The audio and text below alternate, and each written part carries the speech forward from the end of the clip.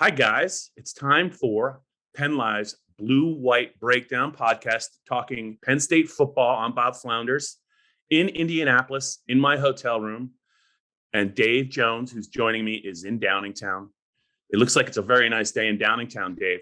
Are you having fun? Spectacular. Yes. Yeah, Dave. So I'm in my hotel room. Joe Hermit's actually in the room with me. He's working on something special. Probably a photo gallery. He might be toning photos. We're getting ready to head over to Lucas Oil Stadium in a little bit to talk to some other Big Ten coaches and players. Penn State was made available on Thursday. They are no longer at Lucas Oil Stadium, but heard from James Franklin and a couple of his players. Lots to get to. But Dave, I know you were watching from afar. What was some of the things you were thinking about after listening to some of the coaches yesterday? I don't know if you heard any of the players, but what moved you, Dave? Brett Bielema was bigger and oilier than I remembered. I somehow thought wasn't he? Yes, he was. He was. And they open with Nebraska. I think week 0. It might be the first college football game of the season. I don't think that's a game that Nebraska wants to play right now. Scott Frost. I don't know that Nebraska wants to play any games right now. Yeah. If you can't beat Illinois in week 0, it's just not going to be a great year. Yeah. I think that team's going to be a little better than people think. I think Lovey left him some stuff. And Bielema, man, Yeah. he's going to do whatever it takes. Hey, I've been reading this before we get started. You ought to get this. Okay. Really, it's I'm going to talk to Herb Street in about a week. Yeah. It's much better than you would have expected. It's very honest, all sorts of anecdotes. So I'm talking to him in a week. I like it. I just happened to be hanging around here. By the way, what'd you think of that? What was the buzz around Indy about Texas and Oklahoma, and were you stunned?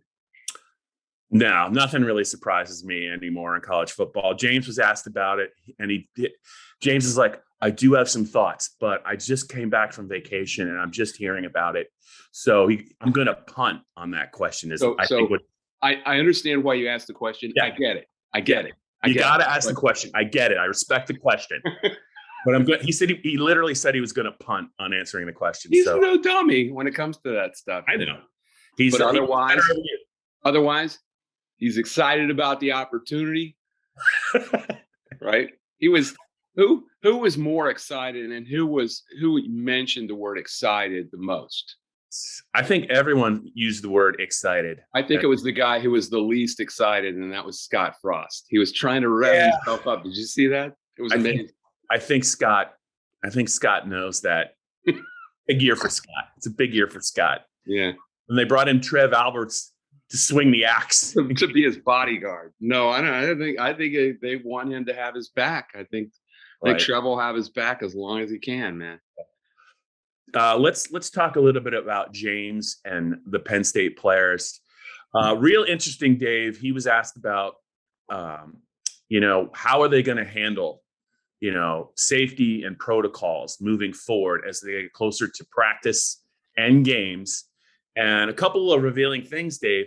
He said that they are more than 70% of the team is vaccinated, and he is working hard to get that number higher. And he said it's, he's really kind of pushing, obviously, for kids to get players to get vaccinated. But, he said, you gotta, if you don't want to get vaccinated and you tell me the reason why, I understand, but at least talk to our doctors, before you make your decision, and be aware of the fact that if you don't get vaccinated, you're going to have to deal with some things, in practice and during games. And if you test positive, are you prepared to miss 3 weeks? And that's just see what I hope none of them swap any spit or sweat with Auburn when they play them in week 3, right? Just see what Brian Harsin said. Oh no, I didn't. Oh yeah. What he said. Yeah. He said somebody asked him if he got vaccinated at SEC Media Day. In case you didn't know, he's the new Auburn coach who came from Boise State. Yep. And he said he basically answered it like, none of your business, and I'm keeping that to myself. So there you are. Yeah. Did you see what the NFL intends to do? Yeah. Forfeits, game checks, all of it. Yeah, forfeits. And the Pac-12 is considering the same thing. Right. Now, my question to you is, if you're Kevin Warren, do you throw that up there? Forfeits. I think you consider it. I think the Big Ten. I think every conference has to consider it. I do it. I do it right now. I'm sick of these idiots who have their personal space, or whatever the hell it is, their personal liberties being violated. Fine. You don't want to play. You don't want to get vaccinated. You don't have to play on our football team. That's fine. You know, the schools have the capability to do this. Right. If they want to do it. And if the schools can all agree, then the conferences can all agree. And if the conferences all agree, these are universities. Most of them are state taxpayer paid universities. After all, I mean, there's nothing forcing these players to play football at any of these mainly public universities. They don't want to play. They don't have to play. They want to play. They're going to have to get vaccinated. That's what I would be. But we don't have a czar of college football, so we can't do that. So it's up to each. You know, enough. I'm not going to have imbeciles drag us back. If I'm an entity like a league, a conference, I don't understand why they don't do that. I thought the NFL made a huge leap, a very important one, and I think it's great. I think it was always coming, and they were just waiting to see if they had to do it, and they have to do it because it's big business. So, and the reaction to some of the players was pretty. It's like they were shocked. So, I don't know what's going on. Anyway, let's move it back to football. I got a whole column on that crap coming. By the way, I bet you. I bet all the mouth breathers who decide that their own science is going to be the science, So anyway, go ahead. When can our listener? When is it coming? Early next week. It'll be centered around our sucky baseball team, the Phillies. We're in the process, Joe knows, of kicking away a possible division title in their sucky division. That's being, it's there for the taking, and they've got an ace in Aaron Nola, who is following his personal protocol, and that's his personal decision. See, all right, we got MLB doesn't have leadership. They don't have a commissioner, so that's what happens to them. Did I get going off on something? I'm sorry. No, go ahead. No. Joe Herman's in the background going. Let's talk about the 5-star. Yeah. Now. What's the kid's name? What's he play? What position? If Greg Pickle was in the room right now, it would be beautiful, Dave, but he's not in the room.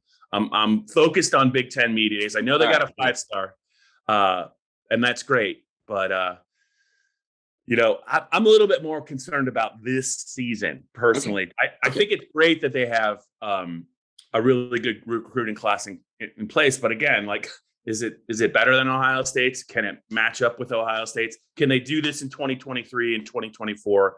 That's what they got to do. They got to start stacking them. They can't have a year like the year before, when it was like around this time last year, James, that he said around this time last year that James said, the recruiting we're doing just isn't good enough.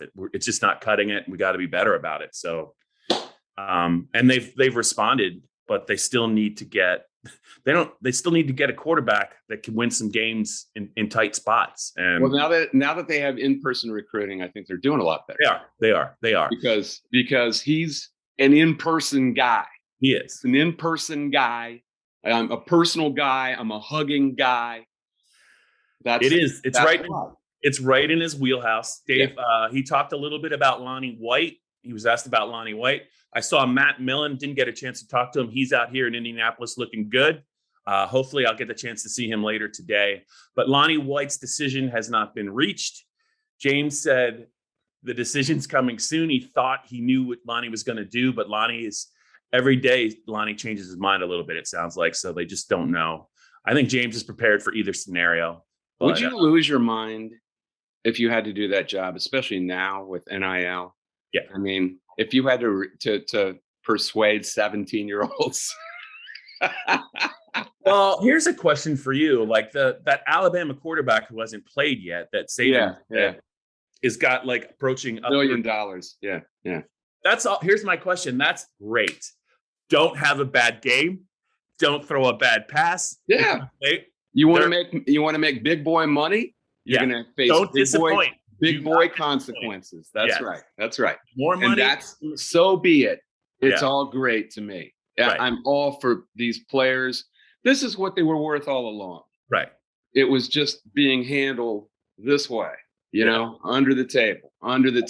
But now we're seeing what they were really worth in all the suits, like at every school, including Penn State, that were getting paid to do God knows what. Now that money is going straight to players. And I think it's terrific. But what you say is true.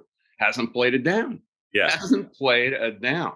Yeah. That's a lot of pressure, man. Right. I'm going to be interested to see how his season plays out. Other players, I'm sure, will be making some money as well. And good. Of course, at Alabama, all you really do is hand off and throw to receivers who are 5 yards open. So, you know. But Dave, they do. I don't know if you're aware of this. They do have a fiery offensive coordinator that I heard about him. And get a little persnickety when things are not done to his liking. That's Brian. I wonder if he's going to have a rant on the sideline, it's going to be great. I want to see Nick Saban yell at Bill O'Brien. I want to see that. He ain't going to do that. Yeah.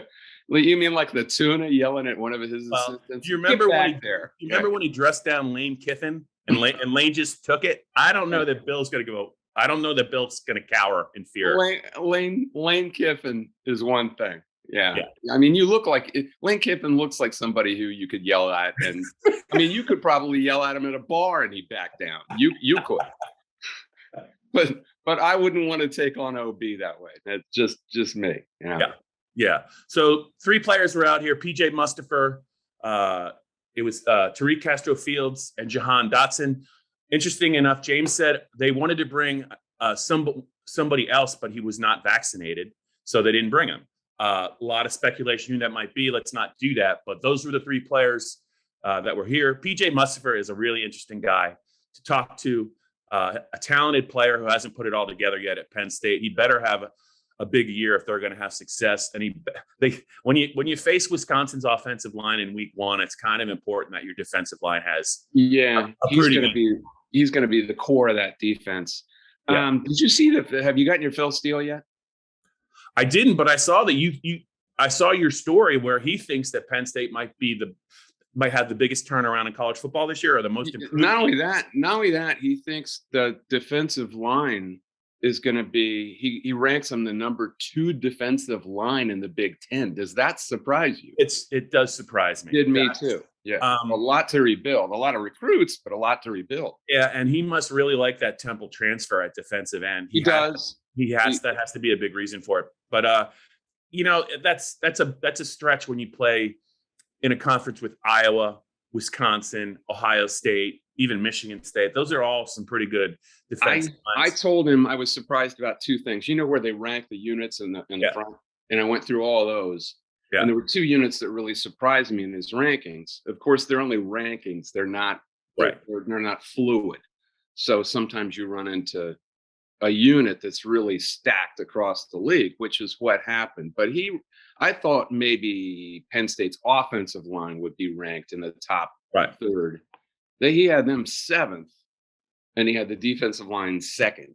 Yeah, I if anything, I would be flip-flopping them a little bit. I don't think Penn State's got the 2nd best offensive line. They do have, I'd say, at least 4 players this year that are going to play on the offensive line that could play it at the next level. Yeah. And one of them. Are you including Scruggs? Yes. Including Scruggs? Okay. Yeah. Juice Scruggs. Well, I was listening to James yesterday on the field.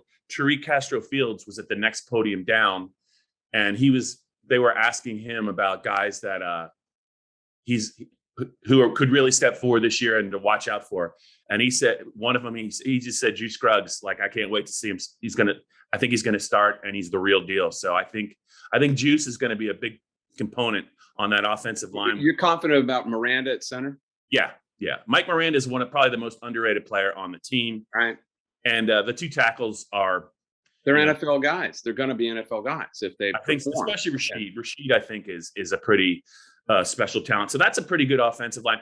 James is really excited about the tight ends, and I do like their tight ends, but it's weird that he said probably the best we've been at tight end since I've been here. And they had Pat Fryermuth play the last couple of years. Mike Gesicki was pretty good. So maybe he forgot. Yeah, and I think he's talking about the depth and also the young player Theo Johnson, who I think is going to be utilized a little bit better in Mike Yurcich's offense in his second year. But he really likes his tight ends. They have 3 running backs on the Doak Walker list, which is it was surprising who it was. So yeah, Noah Cain, yes, get it. Kevon Lee, get it. But the other guy was John Lovett. They didn't really even. Not that Devin Ford was ignored, but I think everyone kind of forgets that Devin's on the team. So I don't really know what that means, like for him. And I would have thought he would have transferred out by now. Yeah. Frankly. Yeah. Not that he should be unhappy. I think he's gotten chances. Right. It's just that they keep stacking guys in front of him. I mean, if they recruit over the top of you, which essentially what Lovett is, out of the transfer portal, to me, that was kind of a sign. And Lovett's a well-regarded player. Right. I mean, he was a pretty good player down there. So I would have thought. What else did obviously you talked to Phil. What else did he say about Penn State that struck you? The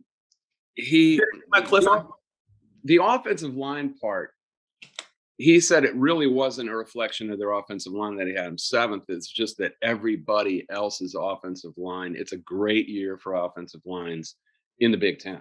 Right. Which says to me that we might see a shift to more run-based offenses this year around the league, which also says to me that if he really is right about their defensive line, he better be right. Because there's going to be a lot of teams, especially the first one right out of the box that comes at them in Wisconsin, who are going to test them right away. And you know that. So they got good linebackers. I just don't know if you can get a bunch of new faces ready that quickly in a season like this. Right. But a lot of teams across the league are playing these league games in week 0. I don't think this has ever happened in league history. It happened once, something like this back in the 70s, I think, when they tried it. But this is very, very unusual. So a lot of teams are going to be getting. They're going to have to hit it right out of the box, and I would think Penn State would have an advantage in that area because they finished strong last year. They feel like they have something to compensate for last year, and they should be revving to go. So, what's the latest line on at Wisconsin? 6? I think it's more than a field goal, but less than a touchdown. It's somewhere fluctuating 4. In there. Yeah. 4 sounds about right. 4 is probably what I would say. And maybe you do take the points if it's more than a field goal, but that's where I think the quarterbacks come into play here, because at the end of last season, I would say Clifford kind of regained his hold on the position. Certainly he's been hearing, I don't know if you probably didn't hear anything that was coming out of the BTN, but all of those guys were saying Penn State looks like a really good team. It's all about the quarterback. And I don't know how many times I heard it. Meanwhile, you remember last year, Graham Mertz had that great start for Wisconsin. Illinois, and then people might not have been paying attention, but he had real trouble later in the year.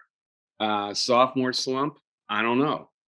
I sounded like Mike Kern there. I don't know. You tell me. Just Kern. I think that's an interesting dynamic of an upperclassman who's really been around, who's had that put up in his face, compared to basically a kid who had a lot of bouquets thrown at him the first part of last season, had a little rough spot, then the season ended. Did they even play a bowl game? I don't think Wisconsin. Yeah, no, they did. They played Wake Forest in that bowl in one of the Carolinas. They won that. Belk Bowl it was something like that. But that's not really a bowl game. I just think that you might be right. I think I don't want to speculate, but he either had a physical issue, or I don't know if he had a COVID issue. Oh, he But got beaten up. yeah, Graham Mertz. Yeah. yeah, Yeah. He got and beaten up, and uh he didn't have a good end of the season at all. I mean, I'm trying to remember. You had some stats here. I mean, he was 13 of 20 against Wake Forest, 16 of 25 against Minnesota. He was fine, but he got beaten up, and they only played 6 games. right. And that's another thing. They had a lot of it. I don't think a lot of it was their fault, but they had a lot of COVID protocol that came down, and that was just the way it was. I don't think seven with the bowl game. Yeah. I don't think it's insignificant, Dave, that Paul Chris is going to call the plays again this year. I think that probably bodes well for Wisconsin. I mean, I know he's not viewed as a dynamic offensive, but he's put together some good teams. Whether it was at Wisconsin, even at Pitt, he had some good teams, and they could score some points. I'll be curious to see what he does, maybe a little bit differently. But yeah, they might just take the ball out of Graham's hands early in the year, and just, if they feel good about the running backs, the tight ends. Well, they have a new left side of the line too. They got a new left guard, new left tackle who haven't started, and that's where you want with Wisconsin. That's where you want strength. So right. If they do take it out of his hands, then that Penn State's defensive line is all that, like, Phil Steele thinks it is. That's a big part of the game. Yeah, I mean, I know Phil knows his stuff, but and they're certainly a talented group, but that is really surprising that he's got them ranked that high. None of them have really proven it at the Big Ten level, and a lot of them are very inexperienced. I mean, I know Penn State likes Adisa Isaac, defensive end. He was probably their 4th best defensive end last year. The kid from Temple, Ebiketie, I think it's Arnold Ebiketie, was good at Temple, and I'm sure he can play. But inside, PJ, they're replacing Shelton, who went to Florida. If they need another big body inside, I mean, I guess Hakeem Beeman, the transfer from Duke, Derek Tangelo, is going to probably be a factor inside. But that does not scream to me. They're going to have to prove it before. Yeah. Didn't you think Shelton was a big loss? I know that Jack Ham really liked him, and he did a lot of dirty work inside. Like, right. It's never about, with some of those guys, it's never really about production. It's about not stats. Yeah. Just being an anchor, not letting, them kind of attack the middle of the D line. And I know that it's surprising that he left, to me. You know what I mean? I don't know why he did, but the minute that season ended, he was pretty much, he declared he was going to go to Florida. So there's got to be a story there. But if he was back, I would say maybe this is the 2nd or 3rd best. Yeah. Then you could fine. But I just don't know, when you're breaking in 3 new starters, it's hard to say, that's the 2nd best defensive line. Before we sign off on this, I want to get to this Texas-Oklahoma thing, because I think Big Ten fans, Penn State fans, are wondering if the Big Ten's going to make a move here.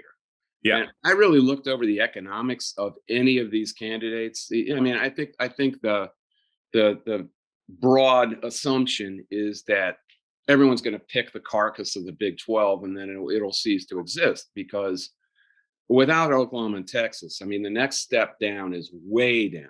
Yeah. As far as revenue producers, as far as streaming possibilities, eyeballs on screens. And that's what it's all about. And it's all about football, not about basketball. So the likely candidates for the Big Ten out of that league would be Kansas, Iowa State. Iowa State's getting pretty good this year, but you're not. West Virginia. Is TCU in there? Huh? What about TCU? Are they in that? Yeah, but I mean, you're going to put TCU. I'm just naming schools. Yeah, but I mean, none of those schools, the first thing, are of the cultural or academic fit that the Big Ten pretends. Now, Nebraska wasn't either, but they took them. Right. Still, I mean, Texas Christian does not do for you economically what Texas does. It's not even remotely close to that. And I think Baylor was farther up in the economics when I looked at the revenue rankings.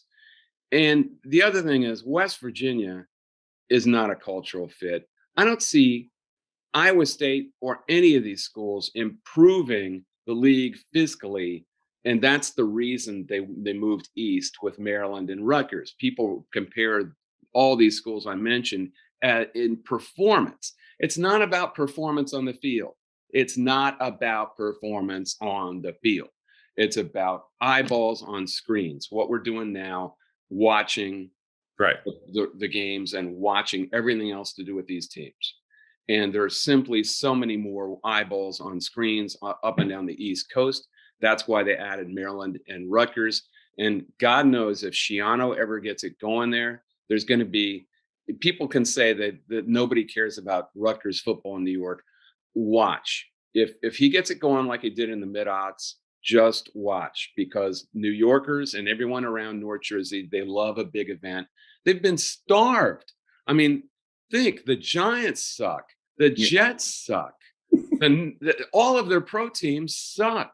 They are a pro area, but they haven't had anything that's been any good forever. I mean, I think the Giants more than 10 years ago, what was it, 2010? It was 2011. Yeah. That's the reason I think it could take off if Schiano if he just puts a competitive team on the field. But none of these other schools from the Big 12 do anything remotely like that as far as eyeballs on screens. And it's about streaming and it's about TV. And if you don't have that, they're not going to have you in. So I don't see the Big 10 expanding unless they can pluck somehow.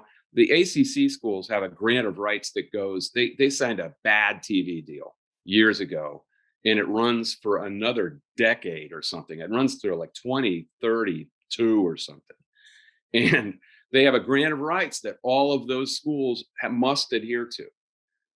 So it would cost an awful lot to like poach, to pluck, let's say North Carolina, which would make sense. North Carolina, Virginia, big names, good schools, big state names, that would make sense. But because of that grant of rights, I can't see that happen. So I don't think the Big Ten is going to expand to 16 at all, and the SEC is going to turn into the only real super conference. That's my answer. Dave, I think that was about the 5th consecutive podcast that you mentioned Greg Schiano's name. Let's just try and get him into every podcast we have, because I know you're just, if they have a good year, you can say you kind of sniffed it out first. You've already laid the groundwork. I'm picking them 4th in the league. Okay. I know that it doesn't. They've got a lot of guys back from last year, and they were competitive every single game, right, except Ohio State, and they lost to Ohio State by 3 touchdowns. Right. That they ran some trick plays. They just fought every game, and they didn't have a very good team. Right. But that showed me something. Dave, did you participate in the Cleveland.com preseason? I did, and I believe I picked Rutgers 4th, and in the East. I think Penn State fans want to know what you said about Penn State, though. I picked them 2nd. Okay. I don't see how you can pick against Ohio State like every year, because they just have so many. You talk about 5 stars. I mean, they've constantly got these elite talents. Right. Julian Fleming, I'm sure, will play this year. What's the difference between a 5-star and a 4-star? Because Penn State gets a lot of 4 stars. They very rarely get 5 stars, and Ohio State gets them all. Explain that to me. It's athleticism. It's how they test at camps. It's, when they go to like elite 11s or they stand out. It's not just the physical tools, but how do they look? How do they play in big games? It's all of that stuff. So that's why you'll see kids that are at one point in their recruiting 4 stars. They go to 5 stars when they go to a camp and they just go lights out. They test well, they do well, and it's a lot of that goes into it. As far as Julian Fleming, though, the 2 most talented receivers in the Big Ten are on Ohio State's team. Yeah. I know that Jahan Dotson backers like him, and he's a really good player. But Chris Olave and it's Garrett Wilson. Yeah. They did some good things against Penn State last year, and they're both viewed as. But Fleming's going to play. He will certainly play this year. He's going to get a shot. Play this year. he might be looking for a new home. I just think that usually, because if you want to, you talk about Penn State bringing in kids to kind of up the ante. Ohio State does the same thing, and the Brian Hartline is viewed as maybe the top recruiter in all of college football. And so if they want a wideout, he's going to get him one. So I think Julian needs to do something this year. I know he's only in his second year. It's crazy, but that's what the assembly line is there. Either you get on and you perform, or you're gonna be transferring out. Hartline, if you don't know who he is, a former Ohio State a receiver, is the difference. He played in the NFL a little bit, right? Yeah, I think he played with the Dolphins. Yeah. I mean, the difference between him being a stable force at wide receiver coach at Ohio State and a terrific recruiter, like you said, and the revolving door that they've had at Penn State, that in many, many ways is the difference between these two programs for the last 3 years. Right. And I think it's only a matter of time before Hartline's a coach somewhere. Absolutely. Even if he's not ready for it. Even if he's not ready to be a coordinator, someone will hire him as a coordinator simply because it's inevitable. It's kind of the way Josh Gaddis got his job at Michigan. He was such a great recruiter and a valuable coach that someone had to make him a coordinator to keep him. And Michigan did. Was he ready to be a coordinator? I don't know, Bob. You tell me. I knew you were going to do that. Do it. Do you have one for the Penn State fan base before we sign off on the Blue White Breakdown podcast? Do you have one interesting Jim Harbaugh take from his? Did you listen to him at all? Did you get a chance to hear him talk? He is such a weird guy, isn't he? He's like there are very few people like that. I think he decides. He's like an android. You program him and he programs his own mind, and then he decides I'm going to be really upbeat today. I'm going to be up. And sometimes he's sullen and he's like, I don't know what that means. Woody Hayes never said that. Sometimes he's in that mood, but you never know when he's going to turn on that thing that he had yesterday. And he was like trying to be very upbeat, but it's like an upbeat computer. I don't know how you do that. All right. Dave, I'm just stunned how much he looks like Kurt Naus, a good friend of mine from Harrisburg that you knew. You think he looks like Kurt Naus? He looks exactly like Kurt Naus. I see Kurt Naus, once. Is that what Kurt looks like now? He looks exactly. They're like twins. There's like Kurt. If we can get Kurt, a guy in Harrisburg. I've known him forever. His name's Kurt Naus. Really good. He used to be a political guy. Looks exactly like Jim Harbaugh. Maybe you've seen him at the bars. So if we can teach him how to do a Harbaugh impersonation, and then take him to Indianapolis or Chicago, and dress him up do it. If he went with the glasses, if he went into a bar in Ann Arbor, I guarantee you, with the M cap on, the black M cap. Yeah. All right. All right. Anything else before we wrap it up? I got nothing else for you, Bob. All right. So next week, midweek, I want a strong Greg Schiano take, or I'm going to refuse to podcast with you. I'll let Kaiser do it. Oh, he's just hanging around, man. He looks like he's languishing. He looks like a statue. I didn't even know that was him. I thought it was a statue of him.